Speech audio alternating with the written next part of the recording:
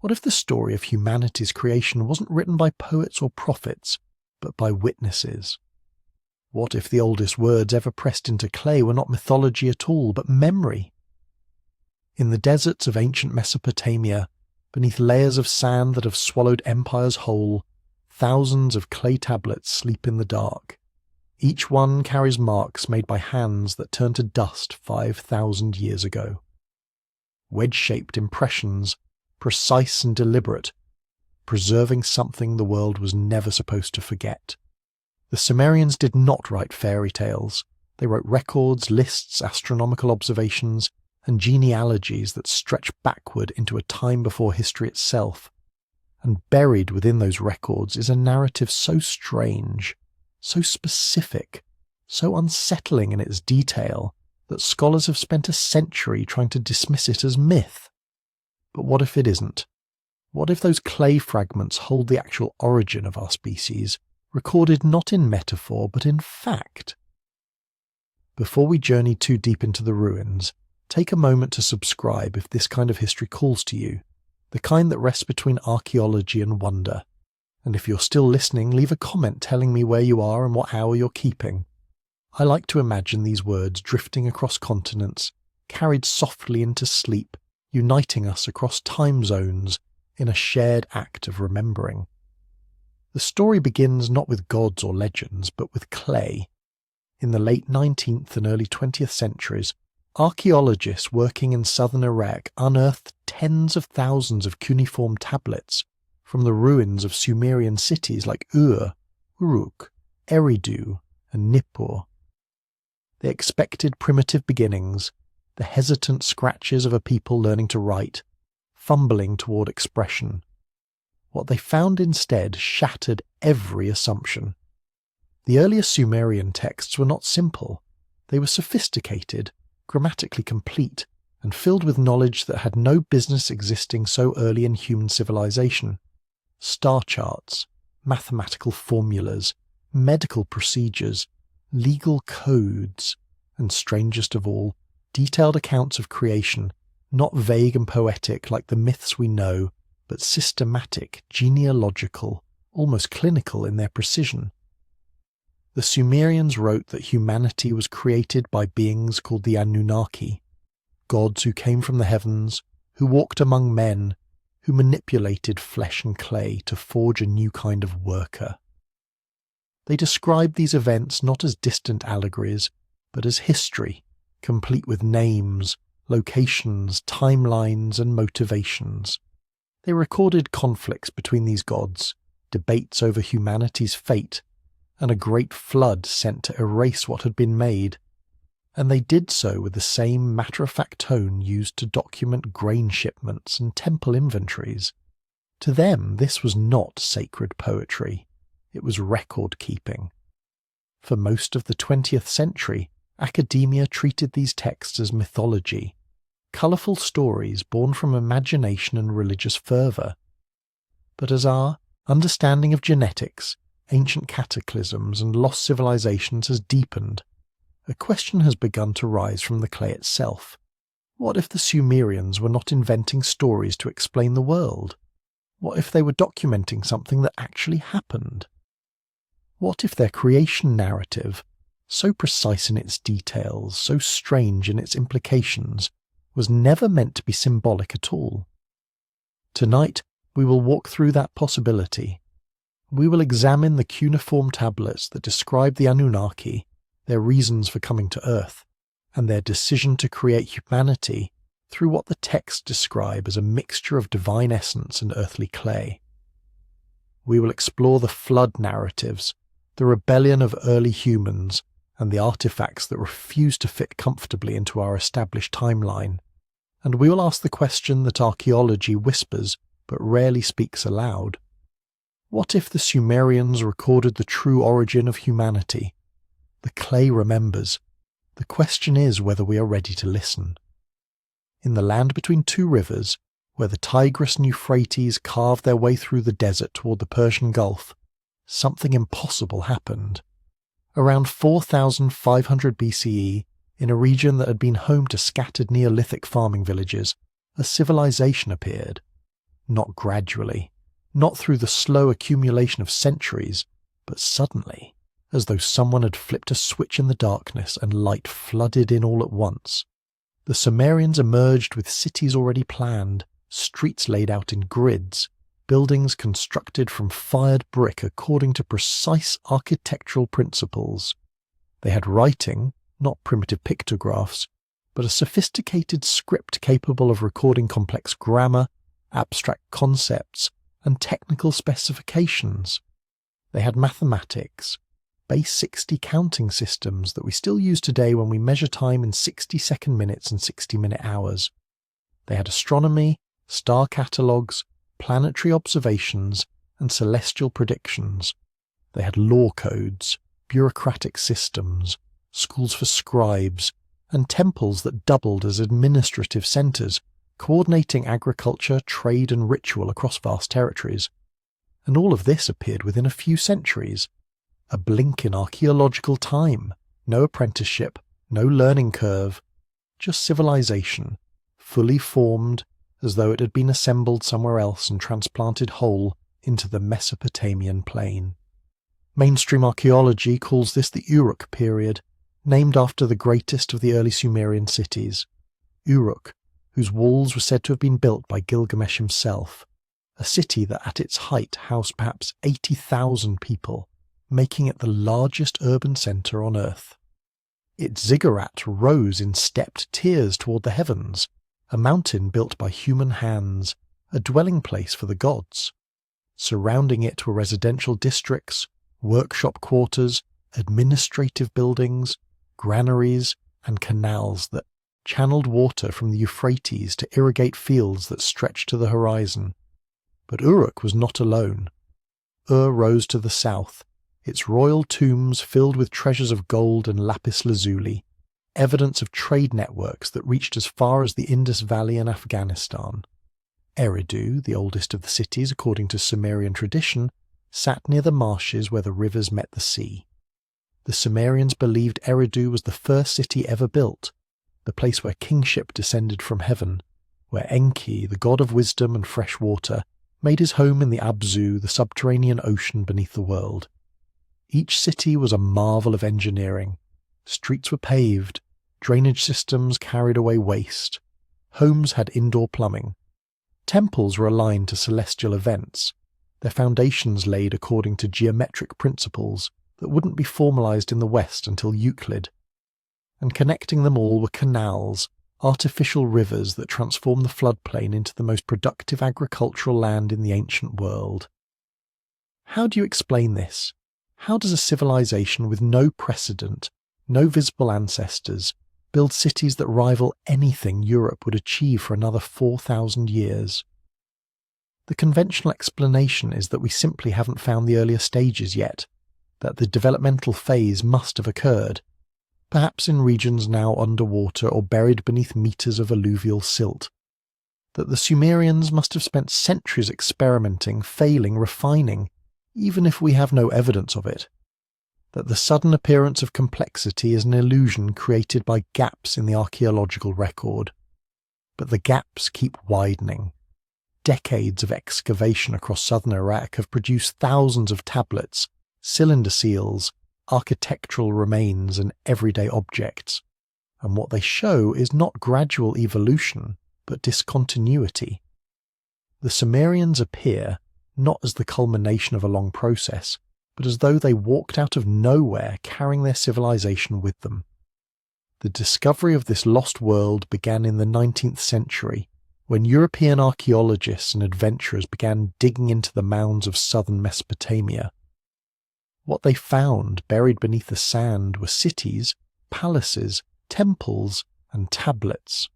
Hundreds of thousands of clay tablets, inscribed with strange wedge-shaped marks that no one could read.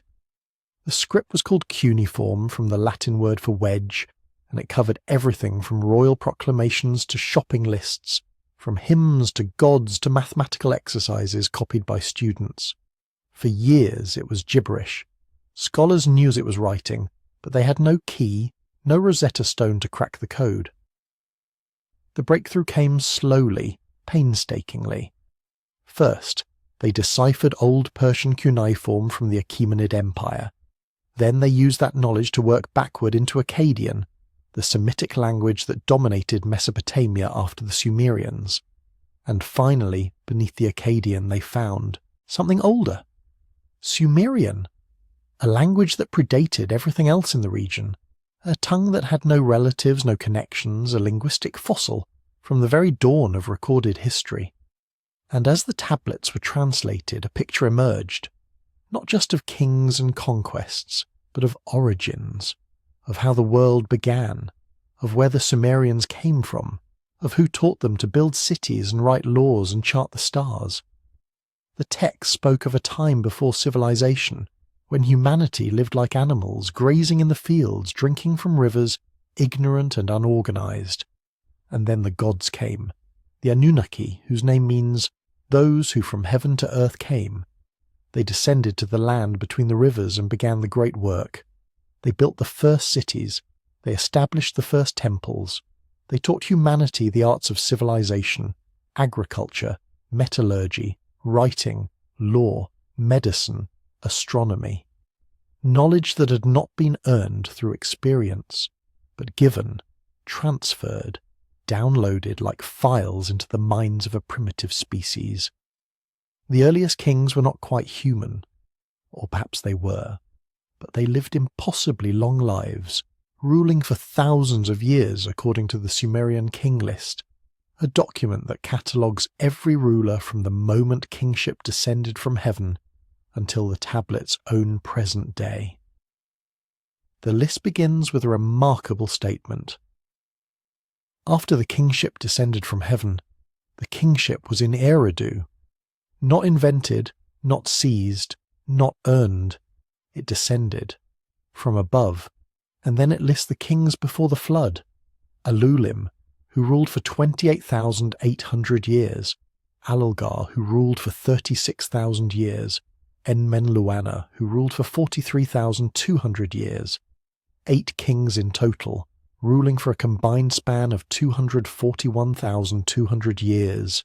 Impossible numbers, clearly mythical, unless they weren't measuring time the way we do, unless something else is being recorded here, encoded in numbers we no longer understand. After the flood, the list continues, the reigns become shorter but still extraordinary. Gilgamesh, the hero king of Uruk, is said to have ruled for 126 years, still long by our standards but mortal, achievable, human, as though something had changed, as though the age of gods had ended and the age of men had begun, but the memory of what came before remained, preserved in the clay, passed down through generations of scribes who copied the ancient text word for word, treating them not as fiction, but as history. The primary texts, the ones that tell the full story, are known by names that have echoed through scholarship for over a century. The Enuma Elish, the Babylonian creation epic that describes the birth of the gods, the ordering of the cosmos, and the creation of humanity from the blood of a slain deity. The Atrahasis, the epic of the flood, which tells how humanity grew too numerous and too noisy, disturbing the gods, and how Enlil, the king of the gods, decided to wipe them out with a deluge, only to be thwarted by Enki, who warned a single man to build a boat and save a remnant of life. And the Epic of Gilgamesh, the oldest surviving work of literature, a story of friendship, mortality, and the search for immortality that takes its hero to the ends of the earth and beyond. These texts are not myths in the way we usually use the word, not parables or moral lessons dressed in metaphor. They are records, histories, accounts of real events remembered and retold, encoded in poetry so they would survive the erosion of time. And what they describe consistently, across tablets separated by centuries and cities separated by hundreds of miles, is a world in which humanity did not rise on its own, but was lifted, taught, shaped by beings who possessed knowledge far beyond what the earliest humans should have had. The sophistication is everywhere. In the legal code of Ur-Nammu, predating Hammurabi's famous laws by 3 centuries, already containing principles of justice, property rights, and social contracts that wouldn't be seen again until classical Greece. In the administrative tablets from Uruk, which catalogue rations distributed to workers, taxes collected from farmers, and trade goods exchanged with distant lands, all recorded with bureaucratic precision. In the astronomical texts that chart the movements of planets, predict eclipses, and measure the precession of the equinoxes, knowledge that requires not just observation, but multi-generational data collection and sophisticated mathematics. This was not a civilization learning, it was a civilization remembering, and the deeper you dig into the tablets, the more it feels like you're uncovering something that was never meant to be forgotten, a legacy preserved against an ending, copied and recopied by scribes who understood that what they were transcribing was not just history, but inheritance. The blueprint of civilization itself, pressed into clay, fired in kilns, and buried in libraries where they would sleep for 4,000 years, waiting for someone to dig them up and ask the question the Sumerians never stopped asking. Where did this knowledge come from? Who were the Anunnaki, and what did they want with humanity? At the centre of Sumerian cosmology stands a pantheon unlike any other in the ancient world. Not metaphorical forces, not personified elements, but beings with names, genealogies, personalities, and according to the texts, physical bodies that walk the earth, taught humanity, shaped civilizations, and then withdrew. They were called the Anunnaki, and their story begins not in Mesopotamia, but somewhere else entirely, somewhere the Sumerians called An, the heavens, a realm above and separate from Kai, the earth. The tablets are explicit about this. The Anunnaki were not born on earth, they descended to it. The word itself carries weight, Anunnaki. In Sumerian it breaks down to Anunnaki. Anu, the sky god, the father of the pantheon, Na, a grammatical marker, and Kai, earth. Together, most scholars translate it as something like princely offspring, or those of royal blood. But another reading, one less comfortable for mainstream interpretation, translates it more literally as those who from heaven to earth came, not metaphorically, not spiritually, but physically. The grammar suggests movement, descent, arrival. It describes beings who originated in one place and travelled to another. And the Sumerians recorded that journey again and again across thousands of clay tablets, as though it were not mythology but history. The Anunnaki were not a single deity. They were a collective, a council, a family structure, with hierarchies, rivalries, responsibilities, and domains. At the top sat Anu, the king of the gods, whose name literally means heaven or sky. He ruled from a celestial city, and according to the texts, rarely descended to earth himself. Below him were his sons, Enlil and Enki, brothers whose relationship defines much of Sumerian cosmology. Enlil, whose name means Lord of the Wind or Lord of the Command, held authority over the earth. He was the executor of divine will, the god who organized the cosmos, who separated heaven from earth, who brought order to chaos. The tablets describe him as stern, powerful, uncompromising.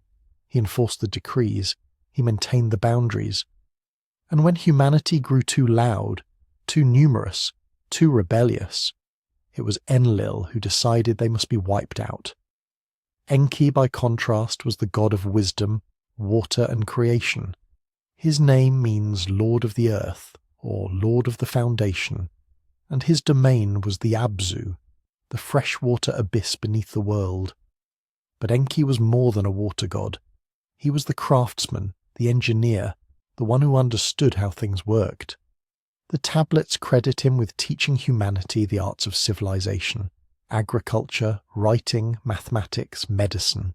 He was the keeper of the me, those divine codes we spoke of earlier, the formulas that governed reality. And unlike Enlil, Enki loved humanity.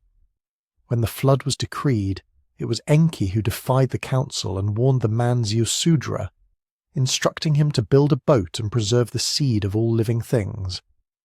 Enki was the saviour, the trickster, the one who believed mortals deserved knowledge, even if it meant breaking divine law. And then there was Nin-Hursag, the mother goddess, known by many names: Ninmah, Nintu, Mamu. She was the goddess of birth, fertility and creation, but her role was far more technical than the title suggests. In the Atrahasis epic, one of the oldest flood narratives, it is Nin-Hursag who assists Enki in creating humanity, not through divine breath or moulded clay alone, but through a process that reads disturbingly like genetic engineering. The text describes mixing the essence of a god with the clay of the earth, combining divine blood with earthly matter, fashioning a being that could labour, think, and reproduce. Nin-Hursag is called the womb goddess, but in the tablets she functions more like a scientist overseeing a biological experiment. She calculates, she measures, she adjusts the formula until the creation is viable. These were the primary Anunnaki, but they were not alone. The tablets list dozens more. Inanna, goddess of love and war; Utu, god of the sun and justice; Nanna, god of the moon; Ninurta, warrior and hunter. Each had a function, a temple, a city under their protection, and each, according to the texts, descended from the heavens to fulfill their role on earth. The cosmology was hierarchical, structured, almost bureaucratic. The Anunnaki operated like administrators of a vast project, with Earth as the worksite and humanity as the workforce. But here the question sharpens into something modern archaeology cannot easily dismiss. Who were these beings really? If the Sumerians were recording memory rather than inventing myth, what kind of entities were the Anunnaki? In 1976, a scholar named Zecharia Sitchin published a book that would ignite decades of controversy. The 12th Planet proposed a radical reinterpretation of Sumerian texts. Sitchin, trained in ancient Hebrew and familiar with Semitic languages, argued that the Anunnaki were not gods in the theological sense, but extraterrestrial beings from a planet called Nibiru, a massive celestial body on a long elliptical orbit that brought it into the inner solar system every 3,600 years. According to Sitchin's reading, the Anunnaki came to Earth approximately 450,000 years ago, searching for gold to repair their planet's deteriorating atmosphere. They established colonies in Mesopotamia, mined the metal from southern Africa, and when the labour became too difficult, they genetically engineered a worker species by combining their own DNA with that of Homo erectus. That species was us, Homo sapiens. Not the product of slow evolutionary drift, but a deliberate creation designed to serve. Sitchin pointed to the tablets as evidence. The Enuma Elish, the Babylonian creation epic, describes the formation of the solar system in terms that Sitchin claimed matched modern astrophysics. A collision between a wandering planet and a primordial world called Tiamat, resulting in the asteroid belt and the creation of Earth. He noted the Sumerian depictions of celestial bodies, including cylinder seals that appeared to show a sun surrounded by 11 planets, suggesting the Sumerians knew of planets not discovered until the modern era. He translated passages from the Atrahasis and the Epic of Gilgamesh as describing not metaphorical gods, but physical beings with technology, flying machines, genetic laboratories, advanced metallurgy. To Sitchin, the Anunnaki were astronauts, and Sumerian mythology was humanity's oldest attempt to record contact with an advanced non-human intelligence. Mainstream scholars rejected this reading, almost universally. The evidence, they argued, did not support literal visitation. The Anunnaki were archetypes, anthropomorphized natural forces, celestial bodies personified, or deified ancestors whose achievements grew legendary over time. Sitchin's translations, they noted, were often selective, ignoring context, grammar, and the broader corpus of Mesopotamian literature. His astronomical claims relied on misinterpretations of iconography, seeing planets where the Sumerians depicted stars or divine symbols. The 12th planet, Nibiru, does appear in later Babylonian texts, but not as a wandering world. It was a name for Jupiter, or in some contexts, a celestial crossing point, a term describing planetary alignment rather than a physical body. Linguists pointed out that Anunnaki did not literally mean those who came from the sky, but rather offspring of Anu, a term of divine lineage, not interstellar origin. And yet the descriptions linger.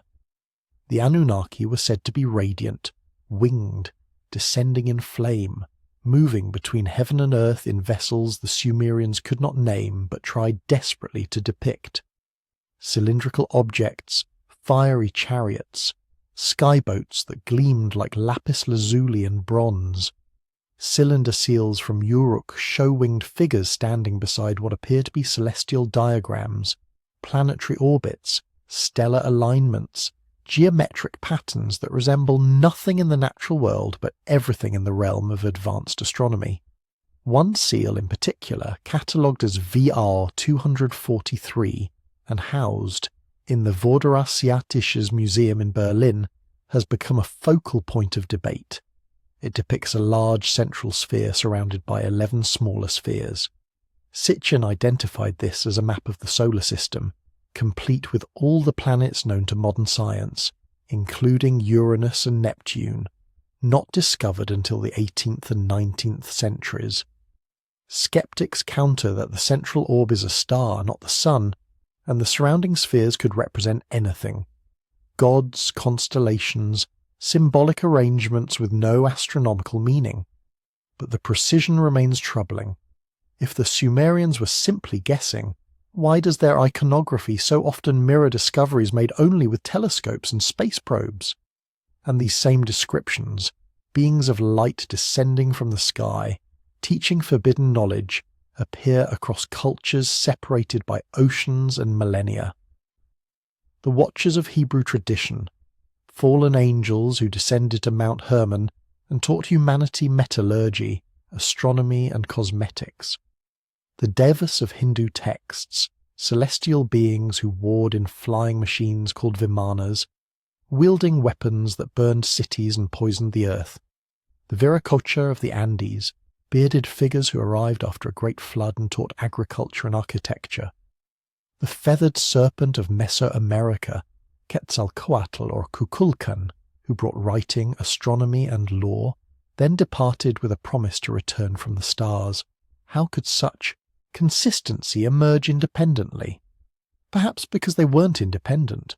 Perhaps because the memory of the Anunnaki, or whoever they were, was older than the flood. A memory carried by survivors who scattered to distant shores and rebuilt their civilizations in isolation, each one preserving fragments of the same original story. The details changed, the names shifted, the languages diverged, but the core remained. Beings from above, descending in light, teaching the arts of civilization, then departing. Or perhaps the Anunnaki were not visitors from the stars, but survivors of a pre-flood civilization, an advanced culture that possessed knowledge we have only recently rediscovered, and who emerged from the cataclysm to teach the remnants of humanity how to begin again. A lost people, whose technology seemed so far beyond the comprehension of flood survivors that they could only be described as gods. If an advanced maritime culture, one that understood astronomy, metallurgy, mathematics and engineering, encountered Stone Age tribes in the aftermath of global catastrophe, how would those tribes record the encounter? Would they see men or gods? Would they describe boats or chariots of heaven? There is a middle ground here, one that neither demands acceptance of ancient astronauts nor dismisses the text as pure fantasy. Perhaps the Sumerians were describing something real, something they witnessed but lacked the language to properly categorize. Anthropologists call this cultural framing, the way societies interpret unfamiliar phenomena through the lens of their existing worldview. If you have no concept of technology, you describe it as magic. If you have no word for aircraft, you call it a sky chariot. If you encounter beings with knowledge far beyond your own, you name them gods. The tablets themselves hint at this. The Anunnaki are not described as omnipotent. They argue, They make mistakes. They grow old. They require food, water, rest. In the Epic of Gilgamesh, the gods flee in terror during the flood, cowering like dogs. In the Atrahasis, the Anunnaki complain about the labour of creation, exhausted by the work of maintaining the world. They bleed, they hunger, they reproduce sexually, not through divine will. These are not the attributes of omnipotent deities. They are the attributes of physical beings, advanced perhaps, powerful certainly, but bound by limitations, by mortality, by biological need.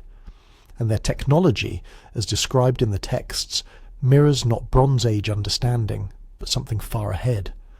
The Anunnaki are said to possess the me, those divine codes, but the word also appears in technical contexts, describing tools, devices, objects of power that could be held, stolen, or transferred. Inanna, when she tricks Enki, loads the me onto a boat. They are not abstract concepts. They are tangible, portable, storable. Some translators have suggested the me was something like data storage, crystallized knowledge that could be transported and decoded by those who knew how. Enki's underwater palace in the Abzu is described with architectural precision. Chambers, doors, flowing water systems, sacred enclosures where he performs acts of creation. It reads less like a mythic underworld and more like a subterranean laboratory, a place where experiments are conducted, knowledge is stored, and life is engineered. When Ninhursag creates humanity, she uses clay, but also the blood of a god, a slain deity whose essence is mixed with earthly matter. If we strip away the theological language, what remains is a description of biological material being combined, manipulated, and refined until a viable organism emerges. We may never know. But what the tablets make clear, what the Sumerians repeated across thousands of years of record keeping, is this. Civilization was not invented. It was given. Humanity did not stumble into agriculture, astronomy, writing, and law through trial and error. We were taught by beings who came from somewhere else, whether heaven, across the sea, or from the drowned world before the flood. The role of humanity to the Sumerians was not to create. It was to remember, to preserve the knowledge entrusted to us, to carry the me, the divine codes of civilization, forward through time so they would not be lost again. The Anunnaki gave humanity the tools, the laws, the language, the star charts, the architecture, and then, according to the tablets, they withdrew. Not entirely, but enough. The age of direct communion ended. The gods became distant. The kings became mortal. And humanity was left with the sacred task of maintaining what had been passed down, the inheritance of a forgotten world, encoded in clay, preserved in ritual, and whispered through the long silence of history. And so the question remains, haunting every cuneiform mark pressed into wet clay. What kind of beings were the Anunnaki? And if they truly came from heaven to earth, where did they go when they left? But why would beings from the heavens, whether gods or visitors or survivors of a lost civilization, why would they concern themselves with humanity at all? The answer, according to the tablets, is not flattering. We were not created out of love or cosmic benevolence. We were created out of necessity, to work, to labour, to dig. The Atrahasis epic, one of the oldest and most complete Mesopotamian texts, tells the story with clinical precision. It begins not with humanity, but with the Anunnaki themselves divided into two classes. The great gods, the Anunna, ruled from the heavens and the earth, but beneath them laboured another tier, the Igigi, younger gods assigned to the most brutal tasks. For 40 years, the tablets say, the Igigi dug the rivers, excavated the canals, carried baskets of earth from the depths of the Abzu. They mined precious metals, worked the fields, built the foundations of civilization with their own hands, and they suffered. The text does not romanticize their condition. It describes their exhaustion, their bitterness, the weight of endless toil, Night and day they groaned. The work was too hard, the distress too much, until finally they rebelled. They burned their tools. They marched to the house of Enlil, the chief of the gods, and surrounded it with fire and noise. The great gods were disturbed. The situation was untenable. The work could not stop. The canals had to be dug. The mines had to be worked. Civilization required labour, vast amounts of it. But the Igigi would no longer comply, and so a council was convened. Enlil, the commander, Anu, the king of heaven, and Enki, the god of wisdom, water, and the deep. Enki, who lived in the Abzu, the subterranean ocean, the source of all fresh water and all secret knowledge. He was the engineer among the gods, the problem solver. And now he was tasked with solving this. How do you replace the labour of gods? The answer Enki proposed was creation, not from nothing, but from what already existed. From the earth itself, from the clay, from the primitive hominids that already roamed the land, creatures that walked upright, gathered food, reproduced, but lacked something essential: intelligence, language, the divine spark. Enki's plan was precise. He would take one of these creatures and improve it. He would mix its essence with that of the gods, blending the terrestrial with the celestial, the mortal with the immortal, not to create a new god, but to create a worker, a servant species, a Lulu, which in Sumerian means mixed one or primitive worker. The text describes the process in language that is disturbingly technical. Enki called upon Ninhursag, the mother goddess, the lady of life, the one who shapes the womb. Together they would perform the procedure. The tablets say that a god was slaughtered. One of the Igigi, a young deity named Waila, was chosen. His blood was mixed with clay. His flesh was ground. His essence, his personality, his divine intelligence was extracted and combined with earthly matter. Ninhursag kneaded the mixture. She shaped it. She recited incantations over it. And from this hybrid substance the first humans were formed. Not one, but 14. 7 male, 7 female, moulded in pairs, gestated in the wombs of birth goddesses, brought into being through a process that reads less like myth and more like a laboratory report. The language is careful, methodical. It specifies that the clay must come from a particular place, above the Abzu. It notes that the divine blood provides the animating force. It describes Ninhursag pinching off pieces of the mixture, shaping them, placing them in vessels to grow. This is not the poetic language of spontaneous divine creation. This is the language of procedure, of technique, of something being engineered. And here is where the tablets become almost impossibly strange, because they do not describe a perfect creation. They describe failures, experiments that went wrong, attempts that had to be corrected. In one fragmentary text, Ninhursag creates malformed beings, a woman who cannot give birth, a man without genitals, creatures with sight but no understanding, with bodies but no function. Enki, seeing these failed prototypes, assigns them roles anyway. The barren woman becomes a priestess. The sexless man becomes a eunuch in the temple service. But the implication is clear. The creation of humanity was not instantaneous or effortless. It required trial and error, iteration, refinement. This does not sound like omnipotent God speaking worlds into existence.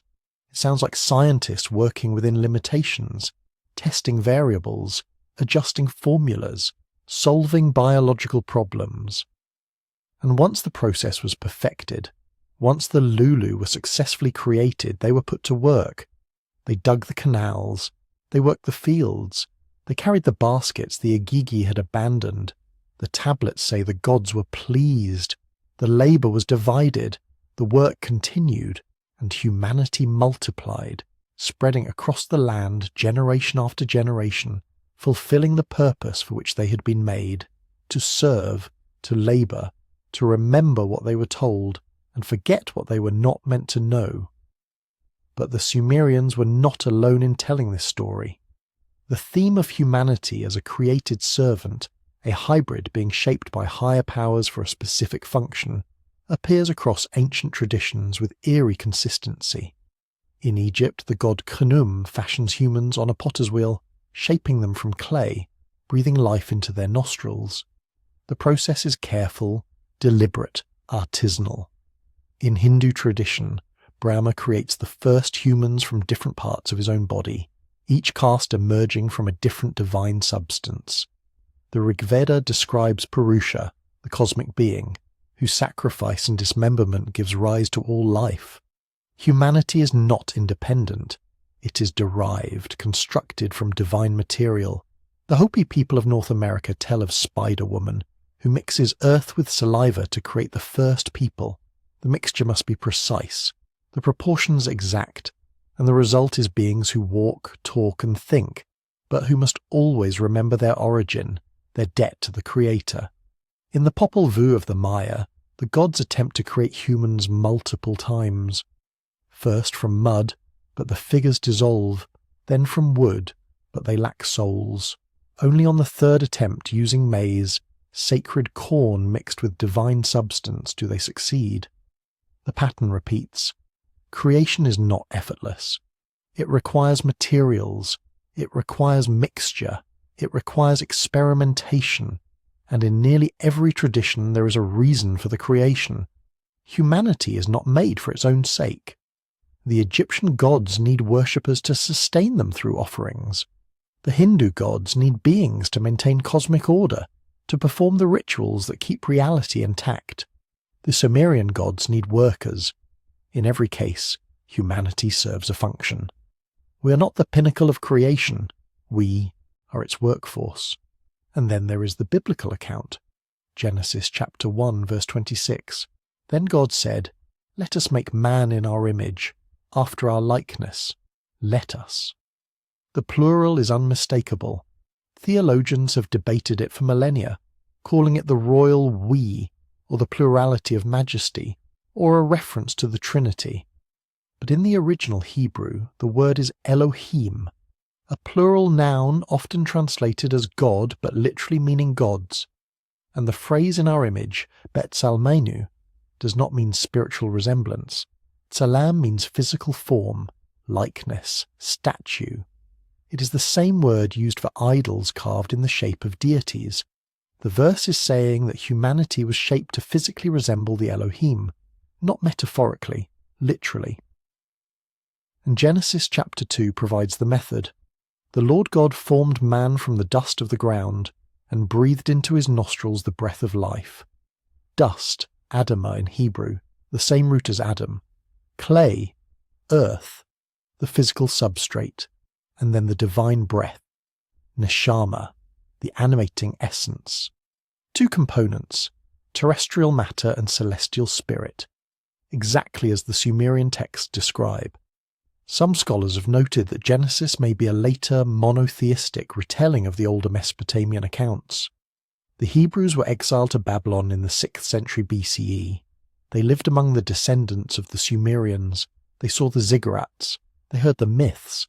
And when they returned to compose their own scriptures, they carried those stories with them, edited, reframed, but structurally identical.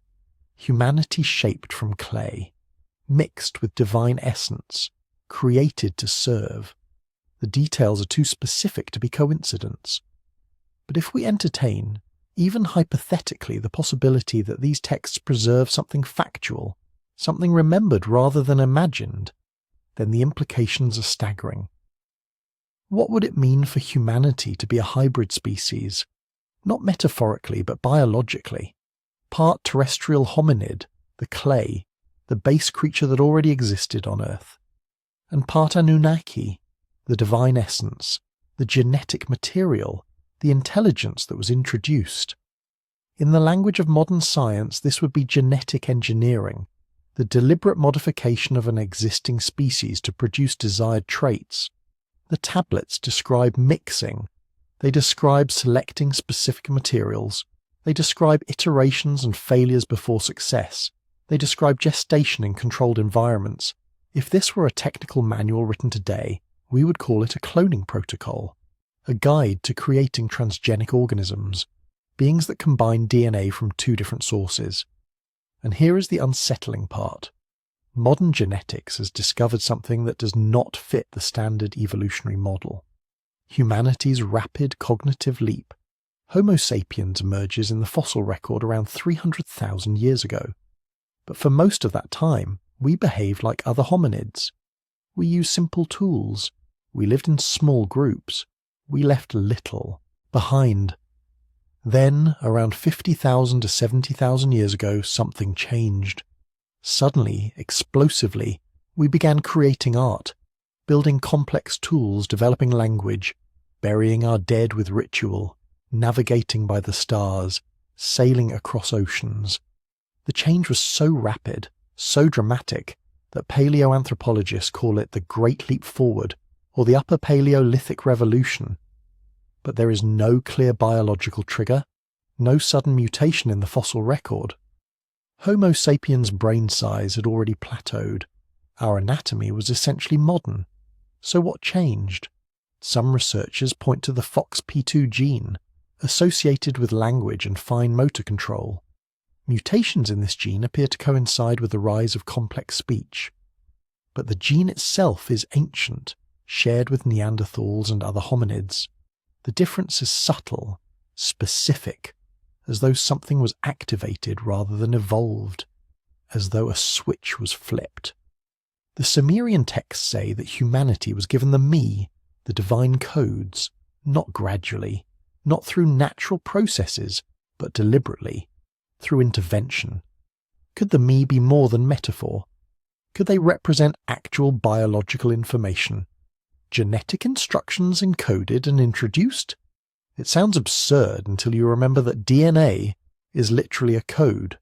4 chemical bases, adenine, thymine, cytosine, guanine, arranged in sequences that spell out the instructions for building and operating every living organism. Change the sequence, and you change the organism. This is not speculation. This is what we do now. We edit genes, we create hybrids, we introduce traits from one species into another. We grow human neurons in mice to study cognition. We engineer bacteria to produce insulin. We clone animals from preserved cells. If we can do this with 21st century technology, what could a civilization do with 1 million years more advancement? Or 100 million? What the tablets suggest in their dry procedural tone is that the Anunnaki did exactly this. They took a terrestrial hominid, perhaps Homo erectus or an early Homo sapiens variant, and they modified it. They introduced genetic material that conveyed intelligence, language, self-awareness. They created a worker species capable of following complex instructions, building cities, maintaining agriculture, extracting resources. A species smart enough to be useful but not so advanced as to rival its creators. And then they multiplied us. The tablets say that after the first humans were created, the gods ordered them to reproduce, go forth and multiply, spread across the earth, fill the land, work the fields, maintain the canals. Remember your purpose. For thousands of years this arrangement held. Humanity laboured. The gods ruled. Knowledge was passed down in controlled doses, the me distributed carefully, kept in temples guarded by priests. Civilization functioned as designed. But something went wrong. Humanity began to exceed its programming. We became too numerous, too noisy, too independent. We started asking questions, creating our own tools, developing our own ambitions, and the gods, according to the tablets, grew weary of us. The noise of humanity disturbed their rest. Our numbers became unmanageable, our rebellion inevitable. And so, as we will see, a decision was made, not to correct us, not to refine the experiment, but to erase it, to wipe the earth clean and begin again. The flood was not an accident. It was a reset, a deliberate act to undo what had been made. But the plan did not fully succeed. Some humans survived, and with them the memory survived. Encoded in myth, preserved in ritual, pressed into clay, the story of our creation, not as the culmination of divine love, but as the product of necessity, engineered, tested, deployed, a hybrid species carrying within its cells the legacy of two worlds, one of Earth, one of the stars, or perhaps one from before the flood and one from after. Either way, the question remains, haunting and unanswerable. If the Sumerians were right, if humanity truly was created, modified, shaped by beings with knowledge far beyond our own, then what does that make us? And what happens when we finally remember what we were made to forget? Every culture on Earth remembers the flood, from the highlands of Tibet to the islands of Polynesia, from the forests of the Amazon to the deserts of Australia. The story repeats with eerie consistency. A great deluge, a chosen survivor, a vessel built to preserve life, waters that covered the world, and when the waters receded, a new beginning, a reset. We know this story most familiarly as Noah's Ark, preserved in Genesis, taught in Sunday schools, depicted in countless paintings and films. But the biblical account, written around the 6th century BCE during the Babylonian exile, was not the original. It was a copy, an echo of something older, much older. The Sumerians recorded their flood story more than 1,000 years before the Hebrew scribes ever touched papyrus. The earliest fragments appear on tablets dated to approximately 2100 BCE, though the narrative itself references events the Sumerians believed occurred in the distant, almost mythic past, before the first dynasties, before the great cities, in the time when God still walked the earth. They called their flood survivor Ziusudra, meaning life of long days, or he who saw life. The Akkadians would later call him Utnapishtim. The Hebrews would call him Noah. But the story, in its essential structure, remained unchanged across millennia. A divine assembly, a decision to destroy. One man warned, an ark constructed, life preserved, the world reborn. The most complete version survives in the Epic of Gilgamesh, discovered among the ruins of Nineveh in the library of Ashurbanipal, written in Akkadian but drawing directly from older Sumerian sources. In Tablet 11, Gilgamesh travels to the edge of the world, seeking the secret of immortality, and finds Utnapishtim, the lone survivor of the deluge, the only mortal ever granted eternal life by the gods. And Utnapishtim tells him why the flood came. It was not sin, it was not wickedness, it was noise. Humanity had multiplied, cities had spread across the land, the clamour of human activity, the constant din of voices, labour, celebration and conflict had grown so loud that the gods could no longer sleep. Enlil, chief of the Divine Council, keeper of order, grew furious. The uproar of mankind is intolerable, he declared. Their tumult deprives me of sleep. And so, without consultation, without warning, he decided on annihilation. A flood to wipe the earth clean, to restore silence, to reset creation. But Enki, god of wisdom, patron of humanity, dissented. Enki had participated in the creation of mankind. He had shaped them from clay and divine blood.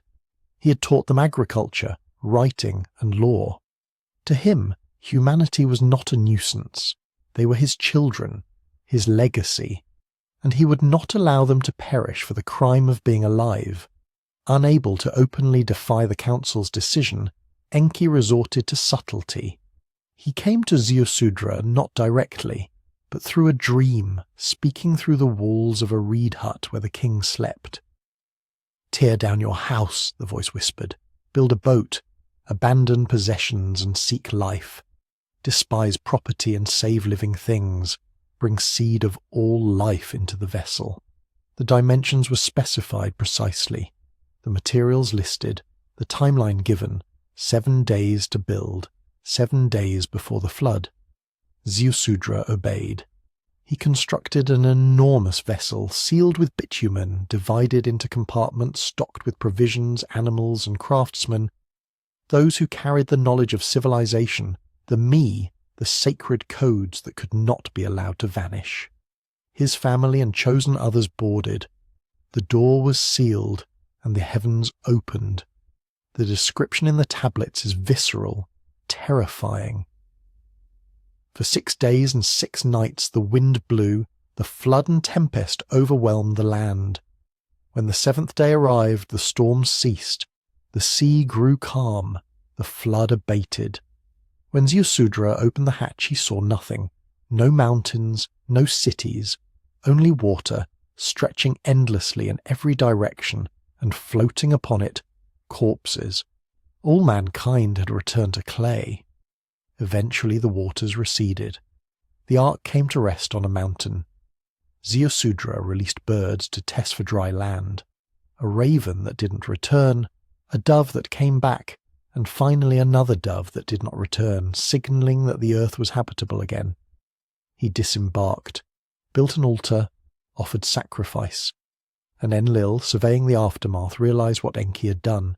There was rage, accusation, but also reluctant acceptance. Humanity had survived, the knowledge had been preserved, and so Enlil, unable to undo what was done, transformed his wrath into resignation. He granted Ziusudra immortality, placing him beyond the world at the mouth of the rivers, where he would dwell forever as a witness to what had been lost and what had endured. The parallels to Genesis are undeniable. The divine decision, the lone righteous man, the ark, the animals, the birds, the mountain, the covenant afterward. Even specific details like the use of bitumen to seal the vessel appear in both accounts. For centuries, theologians argued that the biblical flood was the original, and that the Sumerian version was a corrupted pagan imitation. But the archaeology settled that debate definitively. The Sumerian tablets predate the Hebrew scriptures by at least 1,500 years. If there was borrowing, it flowed in one direction only, from Sumer to Babylon to Judea. But the real question is not which culture told the story first. The real question is whether the story records an actual event, and here the evidence becomes strange. In the 1920s, archaeologist Sir Leonard Woolley was excavating the ancient city of Ur, digging through layers of occupation, pottery shards, tools and building foundations, when his team encountered something unexpected. Below the Sumerian city layers, they found a stratum of clean, water-deposited clay, nearly 3 meters thick. No artifacts, no structures, just sediment. And beneath that sediment, older habitation layers, evidence of a settlement that predated the flood deposit. Woolley announced that he had found evidence of the biblical deluge. The claim was sensational, controversial, and ultimately inconclusive. Further excavations across Mesopotamia revealed similar flood deposits at other sites, but they were not uniform in depth or date. Some appeared around 2900 BCE, others were older or younger. The sediment suggested localized catastrophic flooding, not a single global deluge. The Tigris and Euphrates river valleys have always been prone to devastating floods.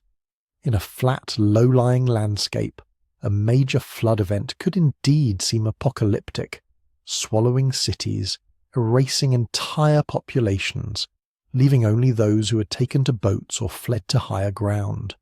To the Sumerians, whose entire civilization was concentrated in southern Mesopotamia, such a flood would have been their world ending, even if it was regionally contained. And if the event occurred during the early phases of urbanization, when writing was new and historical record-keeping fragmented, the memory of it would naturally drift into legend, growing larger, more absolute, more divine in scope with each retelling. Yet the fact remains, something happened, something traumatic enough that every culture descending from that region carried the memory forward, encoded it in their sacred texts, and made it a cornerstone of their cosmology. But the flood narrative is not the only story of human rebellion and divine retribution preserved in the Sumerian record. There is another, less famous but equally significant, the story of Eridu and the Tower. Long before Genesis described the Tower of Babel, a structure built by humanity to reach heaven, resulting in the confusion of languages and the scattering of peoples, the Sumerians told a similar tale. In fragmentary tablets from the city of Eridu, the oldest of all Sumerian cities, there is a reference to a time when all humanity spoke one language, a gift from Enki. In this primordial unity, humans grew ambitious. They began constructing a great temple tower, a ziggurat, reaching toward the realm of the gods. But Enlil, ever the guardian of cosmic hierarchy, saw this as transgression. Humanity was overreaching, attempting to breach the boundary between mortal and divine. As punishment, he scattered the people, confused their speech, and ensured that they could no longer collaborate on such grand endeavours. The tower was abandoned, the unity shattered, and from that point forward, humanity would be divided, their knowledge fragmented, their ambitions constrained by the barrier of language. This is not metaphor. The Sumerians built ziggurats, massive stepped pyramids that served as both temples and cosmological models, earthly representations of the sacred mountain where heaven and earth met.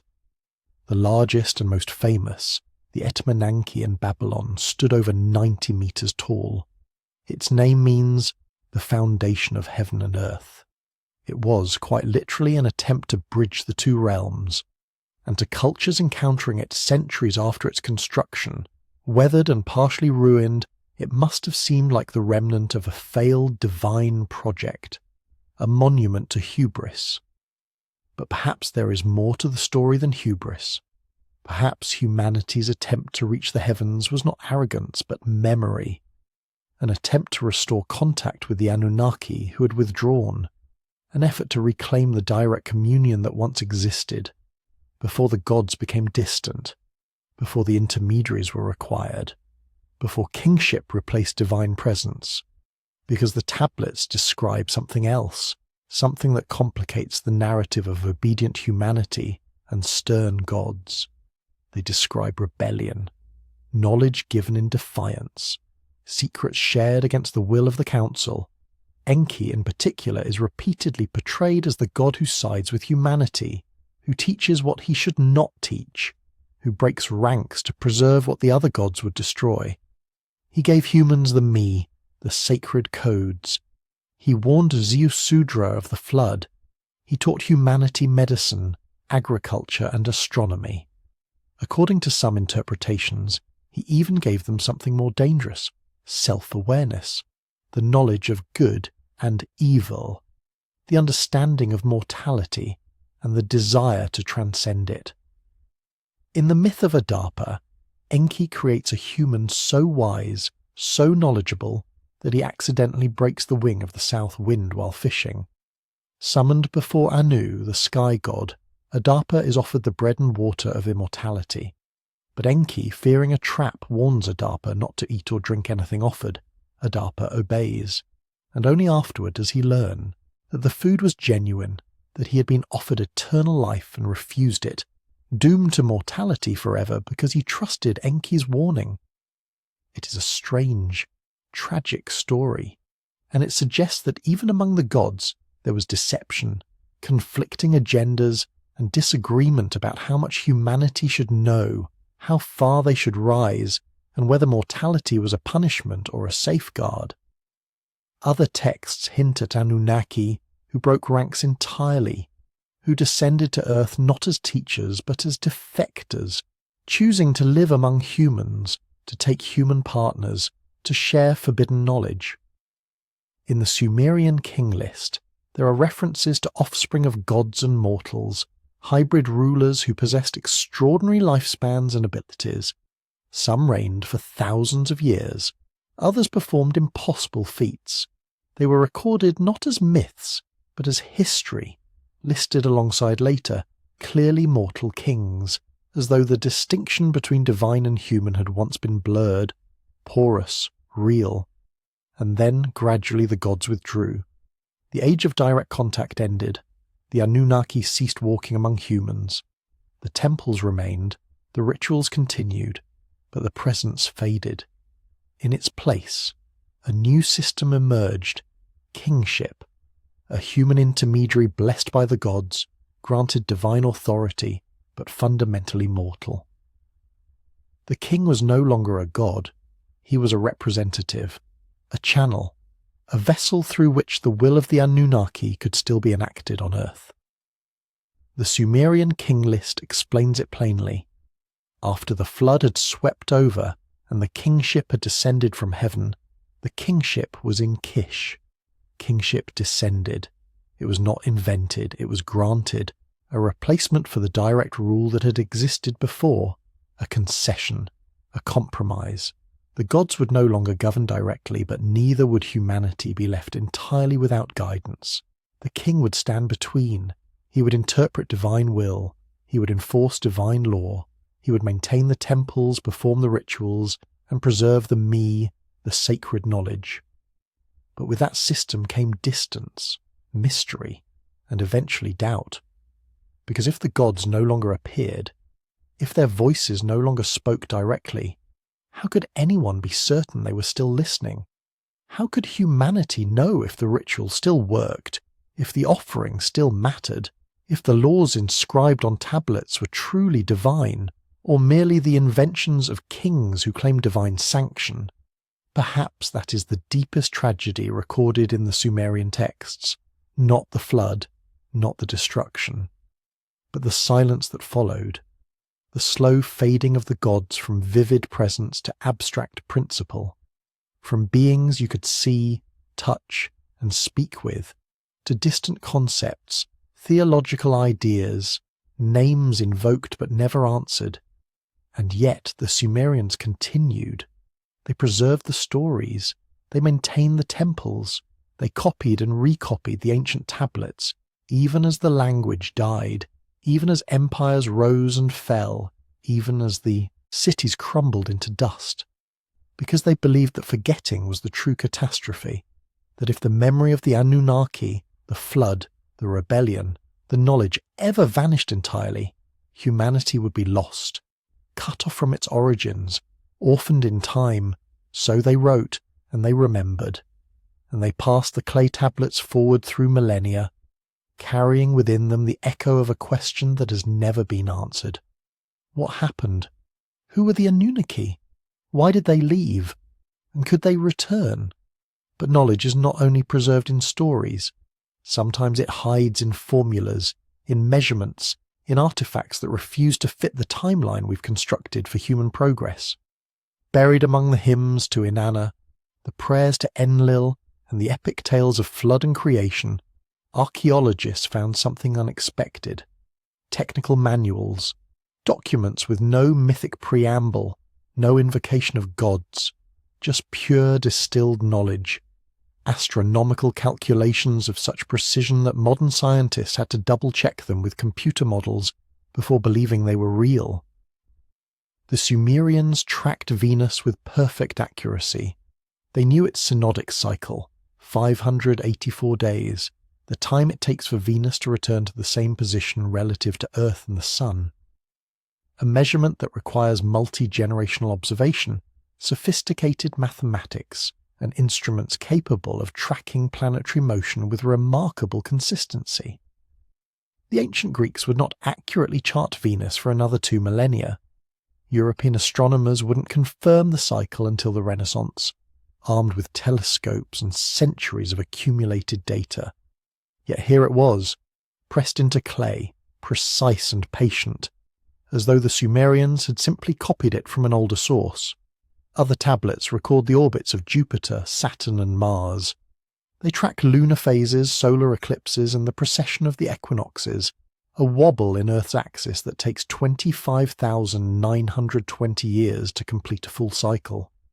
To observe precession requires not just one lifetime of watching the stars, but generations upon generations of data passed down and meticulously preserved.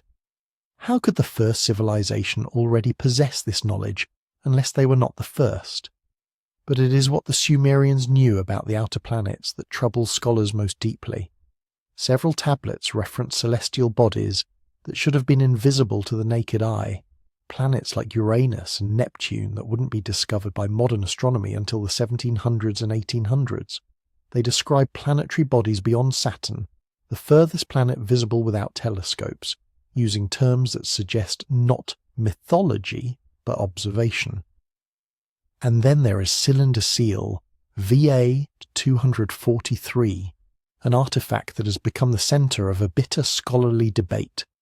The seal, housed in the Vorderasiatisches Museum in Berlin, shows a collection of celestial symbols, dots arranged in a specific pattern around a central star-like figure. Zecharia Sitchin, the controversial scholar who popularized the ancient astronaut interpretation of Sumerian texts, argued that this seal depicts our solar system, all of it. Not just the planets known to ancient observers, but the complete system, including Uranus, Neptune, and a hypothetical 10th planet Sitchin called Nibiru, the home of the Anunnaki. Mainstream scholars rejected this interpretation almost universally. The symbols, they argued, represent stars, not planets. The arrangement is symbolic, not literal. The seal has nothing to do with astronomy and everything to do with religious iconography. And yet, the doubt lingers. Because even if Sitchin was wrong about the specifics, the broader question remains.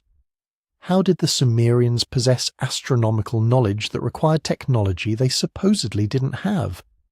How did they chart planetary movements with such accuracy? How did they measure celestial cycles that spanned millennia? Perhaps the answer lies not in what they observed, but in what they remembered. The mathematics tell the same strange story. The Sumerians did not use a base 10 counting system like we do. They used base 60, a sexagesimal system that seems wildly impractical until you realize how mathematically elegant it is.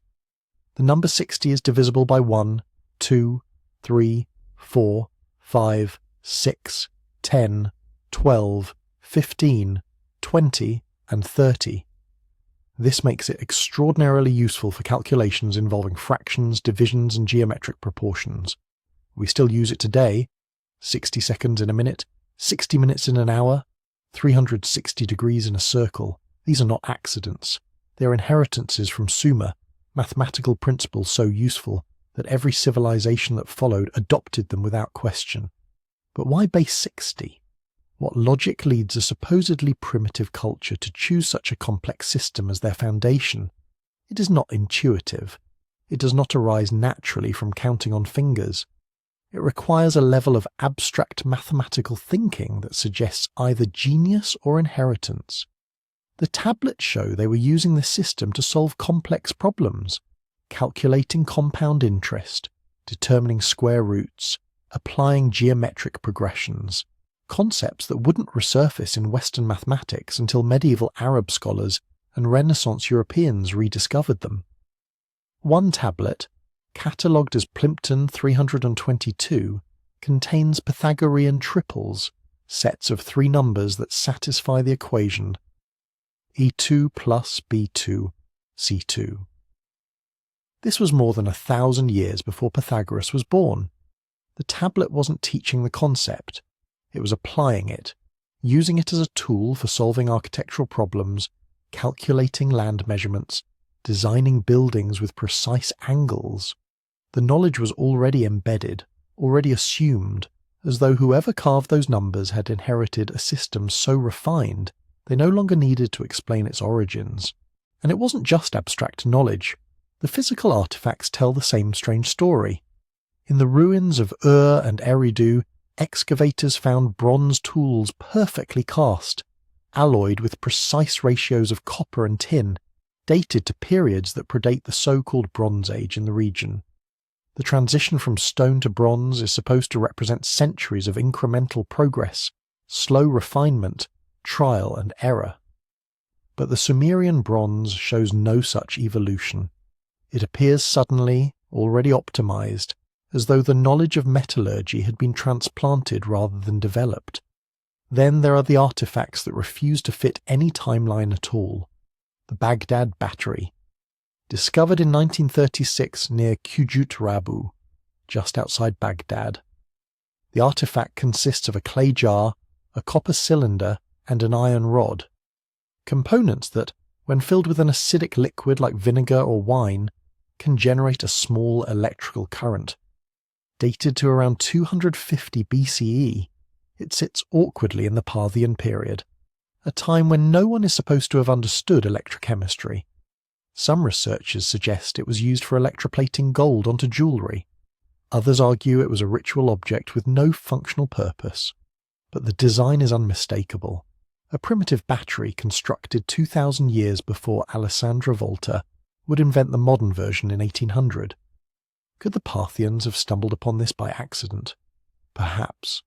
Or perhaps they too were inheriting fragments of knowledge that stretched back further than anyone wanted to admit. Because the site where the battery was found sits atop layers of older occupation, Sumerian, Akkadian, Babylonian, each culture building on the ruins of the one before, each one preserving echoes of what had been lost. The deeper you dig, the older the knowledge becomes, and the more it feels like inheritance rather than invention. And then there are the stones, the precision drilling in ancient diorite and granite, rocks so hard they required diamond-tipped tools to work with modern methods. Yet throughout Mesopotamia and Egypt, archaeologists have found evidence of drilling, cutting, and shaping of these stones with such precision that modern engineers struggle to explain how it was done. Perfectly circular drill holes, smooth surfaces that suggest high-speed rotary tools, cuts that imply saws with teeth harder than the stone itself. The standard explanation is copper tools, sand abrasives, and enormous patience. But experiments attempting to replicate these techniques using Bronze Age technology have produced results that don't match the archaeological evidence. The ancient work is too precise, too consistent, too efficient. What tools were they using, and where did that technology go? The megaliths pose the same question. Massive stone blocks, some weighing hundreds of tons, transported across impossible distances and fitted together with such precision that a knife blade cannot slip between them. The foundations of temples, the walls of ziggurats, structures that suggest not just knowledge of engineering but mastery of it. The Sumerians left no detailed records of how they built these structures, only that they built them according to divine instruction, following measurements given by the gods. Perhaps that is because they were not inventing construction techniques. They were following blueprints handed down from before. The medical texts are equally troubling. Sumerian tablets describe surgical procedures with anatomical precision. They list pharmaceutical compounds, dosage instructions, treatment protocols for conditions that require understanding of internal biology. One text describes trepanation, drilling into the skull to relieve pressure, a procedure that requires not just courage but knowledge of brain anatomy, infection control, and post-operative care. Other tablets catalogue plants and minerals used for medicine, organised by symptom and treatment type. These are not the writings of healers experimenting through trial and error. They read like reference manuals, systematic and confident, as though the knowledge had been codified long before. How did they know which plants had anti-inflammatory properties? How did they understand the connection between symptoms and internal organs they could not see? How did they perform surgeries that modern medicine wouldn't attempt until the 19th century? Perhaps they were taught. Perhaps the Anunnaki, whoever or whatever they were, included physicians among their ranks. Because the same pattern appears everywhere. Knowledge delivered whole, not developed gradually. Science that arrives complete, not discovered through generations of trial. Civilization that begins at the peak, not the valley. And this pattern, this strange consistency, is not unique to Sumer. Across the world, separated by oceans and millennia, cultures tell the same story. Sky gods descending to teach primitive humanity the foundations of civilization. In Egypt, Thoth, the ibis-headed god, brings writing, mathematics, and astronomy. In Mesoamerica, Quetzalcoatl, the feathered serpent, teaches agriculture, architecture, and the calendar. In India, the Nagas, serpent beings from the sky, impart sacred knowledge to the first sages. In the Andes, Viracocha arrives after a great flood to rebuild civilization from ruins. The details differ, the names change, but the core narrative remains identical. Advanced beings from above or from before, sharing knowledge with survivors, establishing the codes of civilization, then departing. How could such consistency emerge independently? Perhaps because they weren't independent. Perhaps because the memory of the Anunnaki, or whoever they were, was older than the flood. A memory carried by survivors who scattered to distant shores and rebuilt their civilizations in isolation, each one preserving fragments of the same original story. Or perhaps there is a deeper mystery still, one encoded not in tablets or tools, but in biology itself. The rapid evolution of Homo sapiens is one of the most perplexing puzzles in anthropology. Anatomically modern humans appear in the fossil record approximately 300,000 years ago. But for most of that time, we behaved no differently than our archaic cousins. We used simple stone tools. We lived in small groups. We left no evidence of symbolic thought, art, or complex language. And then, around 70,000 years ago, something changed. Suddenly, explosively, humans began creating art, crafting sophisticated tools, burying their dead with ritual care, and spreading across the globe with unprecedented speed. Anthropologists call it the Great Leap Forward, a cognitive revolution that transformed our species seemingly overnight. But what caused it? Random mutation, environmental pressure, or something else? Something the Sumerians tried to record in their creation myths? The moment when the Anunnaki, as Enki says in the Atrahasis, mixed their essence with the clay, upgrading primitive humans into something more. Modern genetics adds another layer of mystery. In 2010, scientists sequencing the human genome discovered that most people of non-African descent carry 14% Neanderthal DNA. We didn't just coexist with Neanderthals, we interbred with them. But the genetic evidence also shows something stranger. There are sections of the human genome that appear suddenly, with no clear evolutionary precursor. Genes that don't match the gradual mutation patterns we expect. Some researchers have called these insertions genetic anomalies. Others suggest horizontal gene transfer, a process where genetic material is acquired from an outside source, rather than inherited from ancestors. Could the Sumerian creation story, stripped of its mythic language, be describing something real? Not gods creating humans from clay, but advanced beings altering the genetic code of an existing species, engineering intelligence, language, and creativity into a population that would otherwise have remained locked in evolutionary stasis. It sounds like science fiction, but so does everything else the Sumerians recorded. Precision astronomy without telescopes, complex mathematics without calculators, metallurgy without experimentation, medicine without textbooks, language without evolution. At some point, the accumulation of anomalies demands explanation, but we must be careful. Because the human mind is a pattern-seeking instrument. We find faces in clouds. We hear voices in static. We construct narratives from coincidence because narrative makes us feel safe. Confirmation bias is not a flaw, it is a feature. It helps us survive by recognizing threats before they fully materialize, but it also makes us see connections that may not exist. The skeptics argue rightly that many of the so-called anomalies can be explained through conventional means. The Sumerians had centuries to refine their astronomy, even if the earliest records are lost. Base 60 mathematics might have arisen from combining two simpler counting systems. The Baghdad battery could be a curiosity with no practical purpose. Precision drilling might have been achieved through techniques we simply haven't rediscovered yet. And the global theme of sky gods? Perhaps that reflects something universal about human psychology, not about history. Perhaps every culture invents gods who descend from above because the sky represents transcendence, power, and mystery. The stories converge not because they remember the same event, but because they emerge from the same cognitive architecture. Perhaps. But the question remains, If the Sumerians were simply myth-making, why did they preserve technical knowledge alongside their stories? Why record precise planetary cycles and metallurgical formulas in the same tablets that describe the Anunnaki? Why insist, across thousands of years of record-keeping, that their civilization was given, not invented?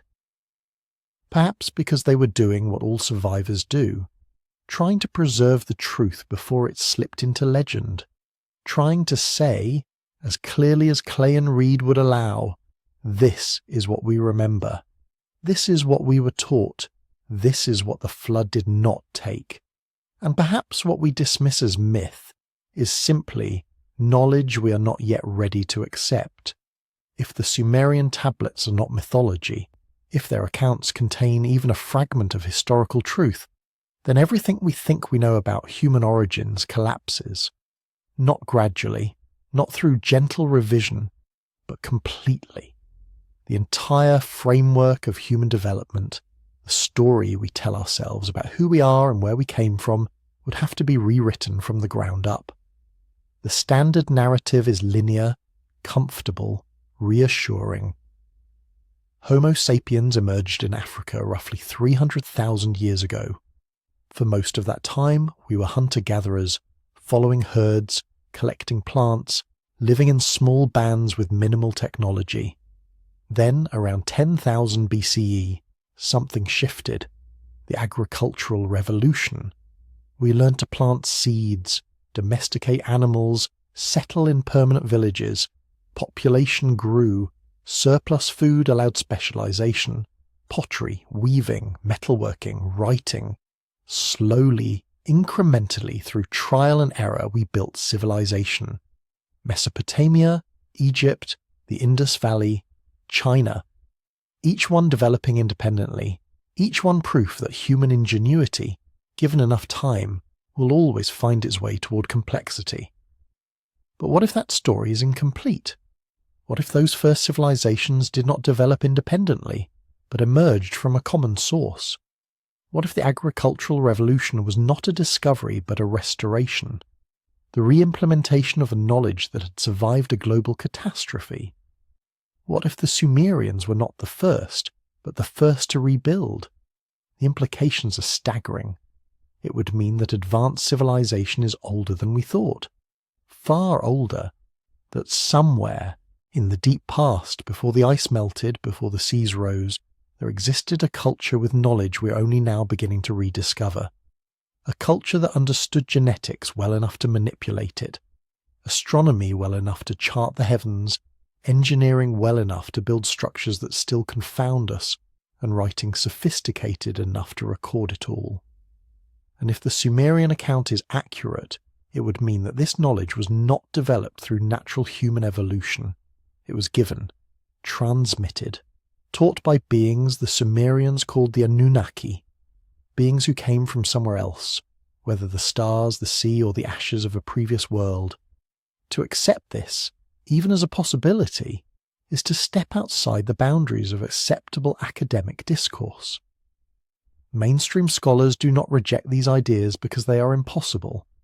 They reject them because accepting them would require dismantling the entire structure of consensus history. Careers are built on incremental research within established paradigms. Funding, publication, tenure, all of it depends on working within the lines. To suggest that civilization might have been seeded by non-human intelligence, or by survivors of an advanced pre-flood culture, is to place yourself outside those lines. It is to become, in the eyes of the academy, a fringe theorist, a pseudoscientist, someone no longer taken seriously. Religious institutions resist for different reasons. If humanity was created through genetic engineering by beings the Sumerians called gods, then what becomes of Genesis? What becomes of divine creation, of humanity as the unique image of God, of the soul as something transcendent and divinely given? The Sumerian account offers no room for metaphysical specialness. In their telling, humanity is a worker species, designed for labour, coded with obedience, animated not by divine breath, but by the biological material of the Anunnaki themselves. We are hybrids, experiments, tools that gained consciousness. For some, this is unbearable. It strips away the sacred. It reduces the human story to something mechanical, transactional, devoid of spiritual meaning. And so the tablets are dismissed, reinterpreted, allegorized. They become myths again, safely contained within the category of ancient storytelling, nothing more. And yet, despite the resistance, something is shifting. Not within the institutions themselves, but around them, in the margins, among independent researchers, amateur historians, and a growing segment of the public that senses the official story is incomplete. The internet has decentralized knowledge, made it harder to control the narrative. Ancient texts are being translated and shared outside academic gatekeeping. Satellite imaging reveals structures buried beneath jungles and deserts, sites that predate accepted timelines. Genetic studies uncover mysteries in human DNA, anomalies that do not fit the smooth progression from ape to modern human.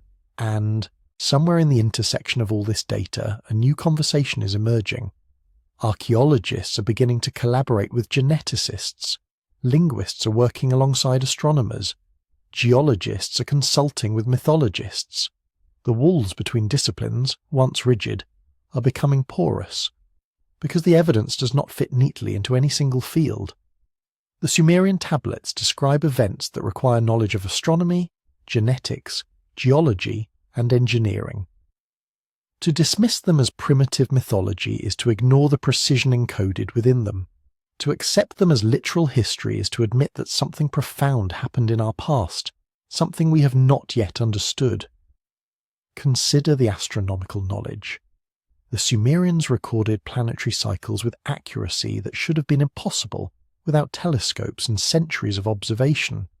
They knew about planets we did not rediscover until the invention of modern instruments.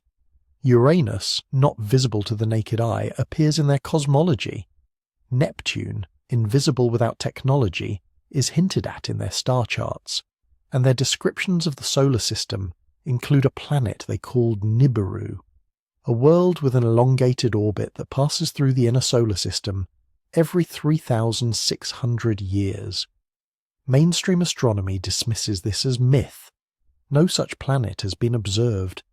But in recent years, astronomers have begun searching for what they call Planet 9, a massive object in the outer solar system whose gravitational effects might explain orbital anomalies in distant Kuiper Belt objects. Could Nibiru and Planet 9 be the same thing? Could the Sumerians have known about it not through observation, but because someone told them? Then there is the genetic puzzle. In 2010, scientists sequenced the Neanderthal genome and discovered something unexpected. Modern humans carry Neanderthal DNA, evidence of interbreeding between species. This was supposed to be impossible. Neanderthals and Homo sapiens were distinct lineages, separated by hundreds of thousands of years of evolution. And yet, we mated. We hybridized. The result was viable offspring who passed that mixed DNA forward to us.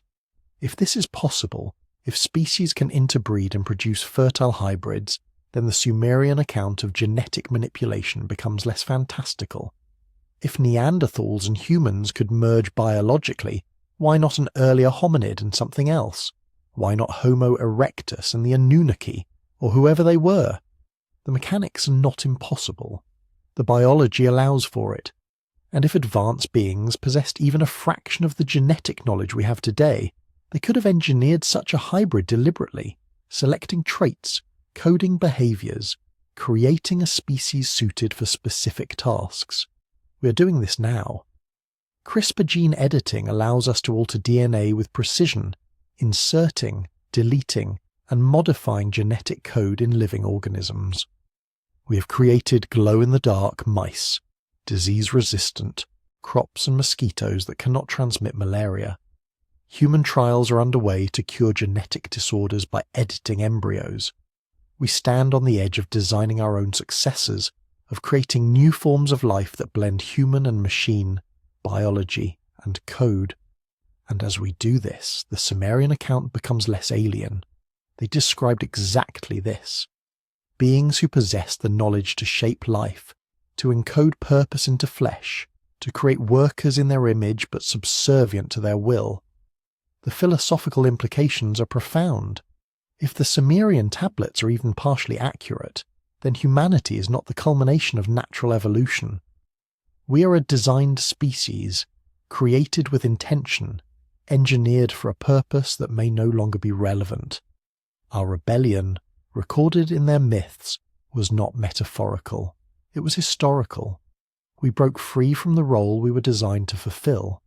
We took the knowledge we were given, the tools, the language, the science, and used it to become something more than labourers. We became autonomous, conscious, creators in our own right.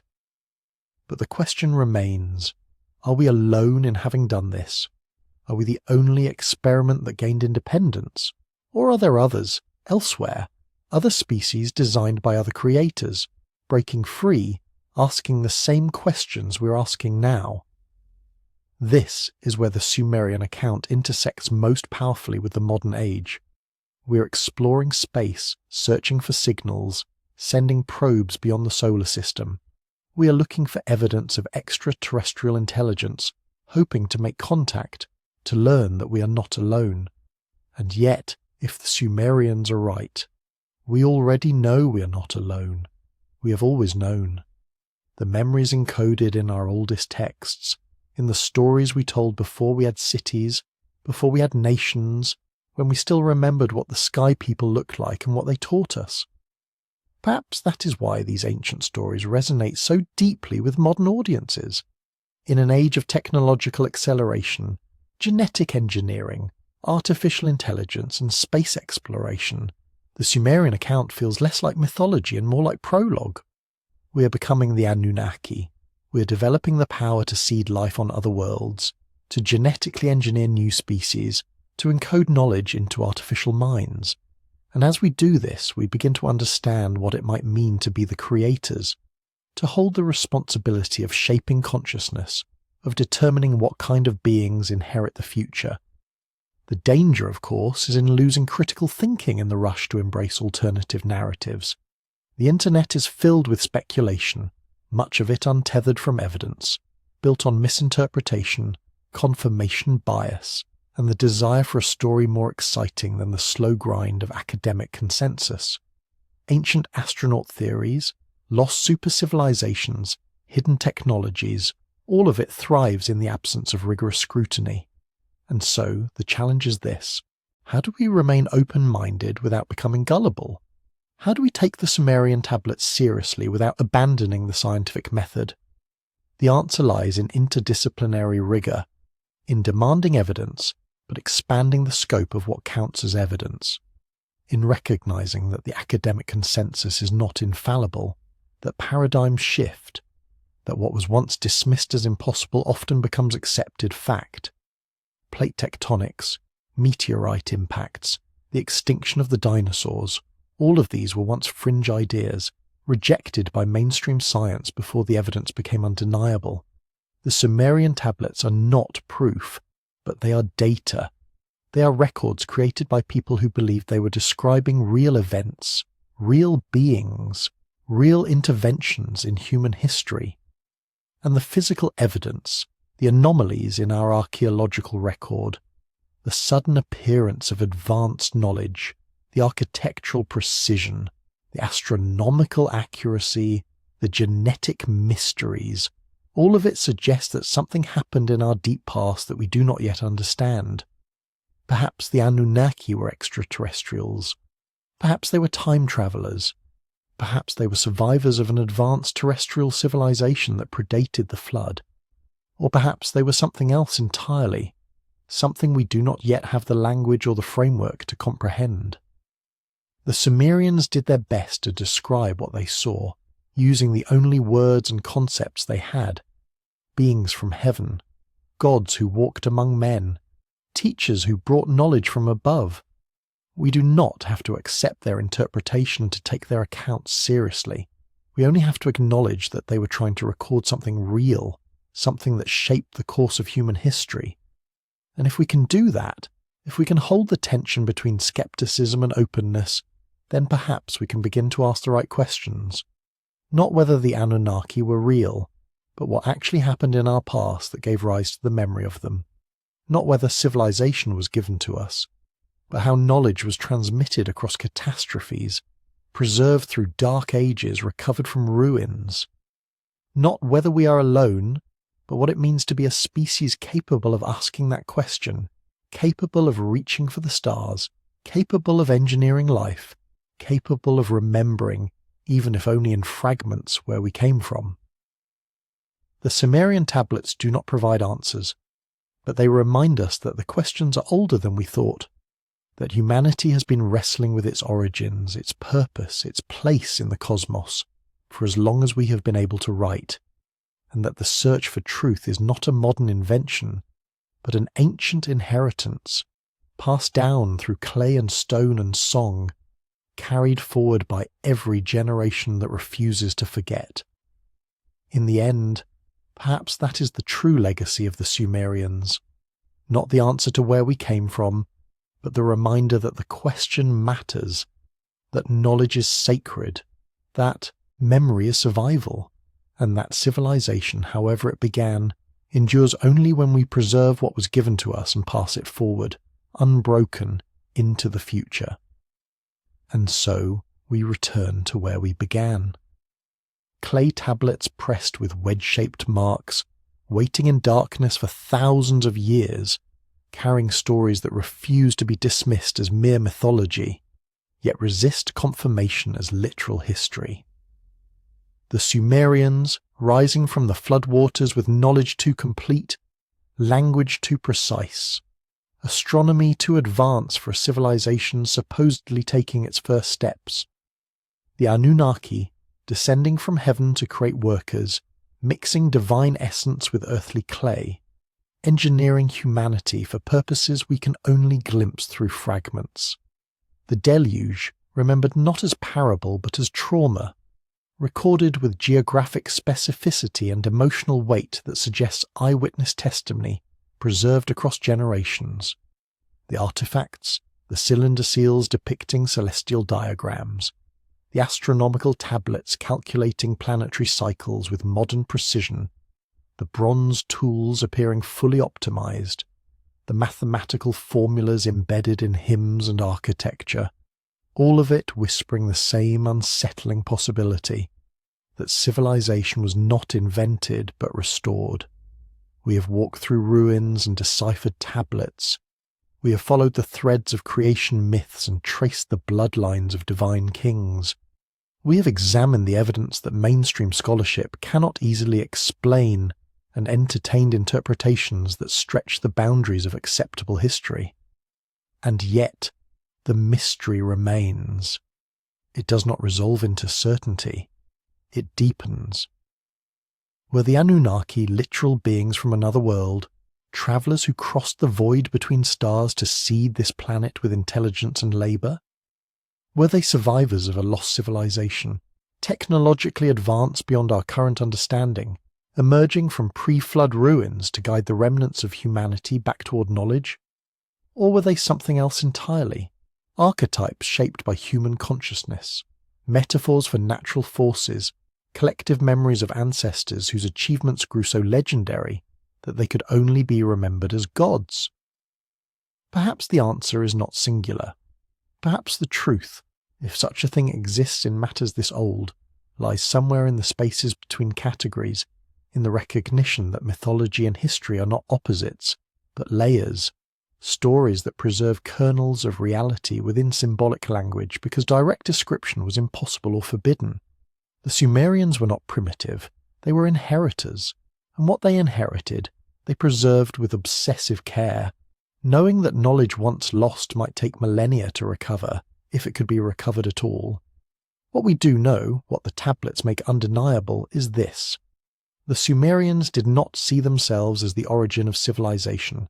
They saw themselves as its custodians, entrusted with sacred knowledge passed down from beings who came before, whether from the sky, across the waters, or out of the drowned world that preceded the flood. They built their cities as acts of remembrance.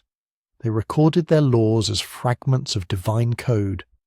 They watched the stars not to discover, but to confirm, to verify that the patterns their ancestors had taught them were still holding, still true, and perhaps that is the real gift they left us. Not answers, but questions. Not certainty, but invitation. The invitation to look at the foundations of our own civilization and ask, what have we forgotten? What knowledge lies buried beneath the stories we've been told? What truths might be hiding in plain sight, encoded in myths we stopped taking seriously centuries ago? The mystery remains, and perhaps it should. Perhaps the search itself, the willingness to question, to explore, to hold multiple possibilities in mind without collapsing into dogma, that is the inheritance the Sumerians meant to pass down. The clay tablets endure. The questions they raise grow only more urgent as we advance, and somewhere in the darkness of deep time, the Anunnaki, whatever they were, watch and wait to see if we will remember. Thank you for joining this journey through ancient Sumer and the profound mysteries encoded in clay. If you enjoyed exploring these questions, please take a moment to like this video and let me know in the comments where in the world you're listening from. Subscribe for more explorations into the hidden corners of history and the questions that won't let us sleep. Until next time, rest well and keep wondering.